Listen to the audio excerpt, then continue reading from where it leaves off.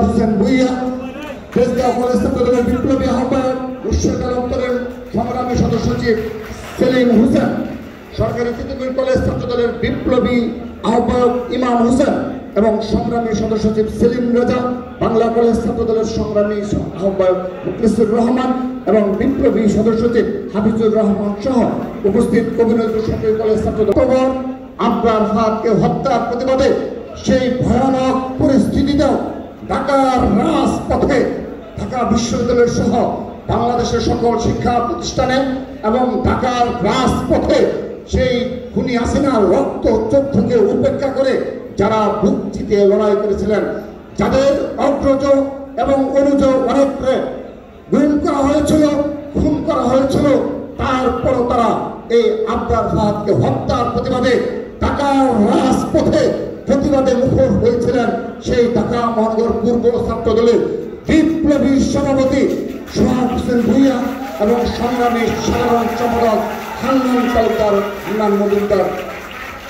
এবং ঢাকা মহানগর উত্তর ছাত্র দলের বিপ্লবী সভাপতি সালাউদ্দিন এবং সংগ্রামী সাধারণ সম্পাদক লিপ্টন, ঢাকা মহানগর পশ্চিম ছাত্র দলের বিপ্লবী সভাপতি রবিন এবং সংগ্রামী সাধারণ সম্পাদক আকরাম এবং ঢাকা মহানগরের ঢাকার অন্যতম রাজপথে পরীক্ষিত নেতৃত্ব ঢাকা মহানগর দক্ষিণ ছাত্র দলের বিপ্লবী সভাপতি শামীম এবং সংগ্রামী সাধারণ সম্পাদক রহিম সহ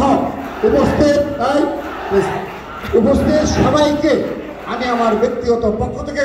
এবং ছাত্রদল কেন্দ্রীয় সংসদের পক্ষ থেকে আজকের এই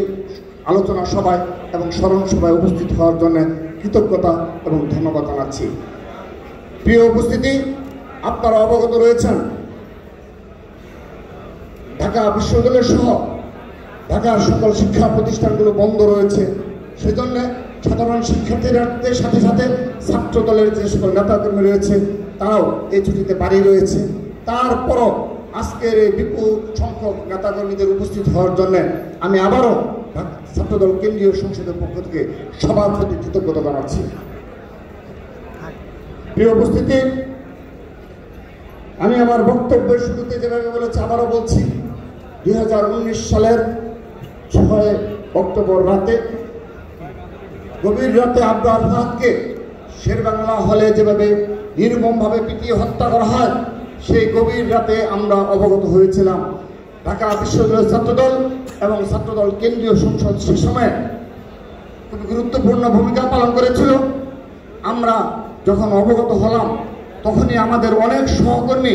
বুয়েটের আশেপাশে অবস্থান নেওয়ার চেষ্টা করেছে। যখন আমরা মৃত্যুর সংবাদ পেয়েছিলাম এবং যখন সেই সিসি ক্যামেরা ফুটেজ প্রকাশিত হলো, পুরো বাংলাদেশ একটি ভয়ানক পরিস্থিতির সৃষ্টি হলো। শুধুমাত্র সাধারণ শিক্ষার্থীরাই নয়, ছাত্র দলের নেতা কর্মীরাও ভিতর সন্ত্রস্ত হয়েছিল এই ভেবে যে ঘন্টার পর ঘন্টা এভাবে বুয়েটের মতো শিক্ষা প্রতিষ্ঠানে নির্মমভাবে স্ট্যাম্পে পিটিয়ে, স্ট্যাম্প লোহার রড দ্বারা পিটিয়ে একজন সাধারণ শিক্ষার্থী হত্যা করতে পারে, সেটি আমাদের অকল্পনীয় একটি বিষয় ছিল। কিন্তু তারপর দিন আপনাদের মনে রয়েছে মুষলধারে বৃষ্টিকে উপেক্ষা করে এই ঢাকা বিশ্ববিদ্যালয় ক্যাম্পাসে সর্বাগ্রে প্রতিবাদ জানিয়েছিল বাংলাদেশ জাতীয়তাবাদী ছাত্র দল। সেদিন শত অতীতের গুম খুনকে উপেক্ষা করে আমরা জেনেছিলাম, আমরা অবগত ছিলাম সবসময় আমাদের যে কোনো সময় নির্মম নির্যাতন আমাদের উপর হতে পারত, সেই মিছিলে হামলা হতে পারত এবং আমরা যে বাড়ি ফিরে যেতে পারবো তেমন কোনো নিশ্চয়তা ছিল না।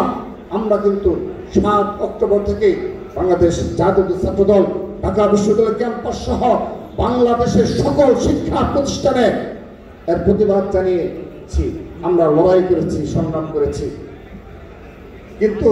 অতীব দুঃখের বিষয়